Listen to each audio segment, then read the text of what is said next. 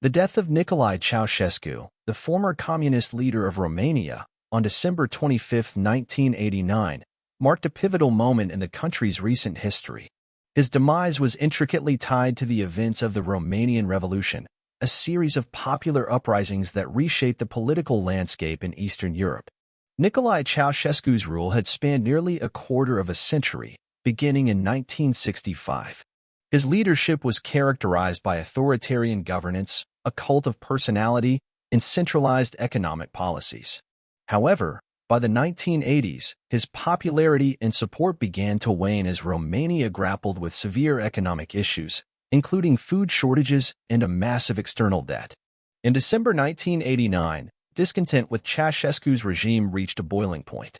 Massive protests erupted in the city of Timișoara and quickly spread to other parts of the country. The security forces brutally suppressed demonstrators, further fueling public anger. In an attempt to quell the unrest, Ceaușescu delivered a televised speech on December 21st. Instead, the speech had the opposite effect, triggering an explosion of public fury. Massive protests continued in Bucharest and other cities. On December 22nd, during a public gathering at the Palace of the Republic in Bucharest, Ceaușescu was met with jeers and violent protests. On the same day, he and his wife, Elena, attempted to escape by helicopter from the palace courtyard, but were captured by the military in a nearby village. What followed was a swift and tumultuous trial. Nicolae and Elena Ceaușescu were accused of genocide, crimes against the Romanian people, and other offenses. The verdict, delivered on the same day, was death by firing squad. This decision was executed on Christmas Day without proper appellate proceedings. The execution of Ceaușescu was a moment with profound repercussions for Romania and the broader region.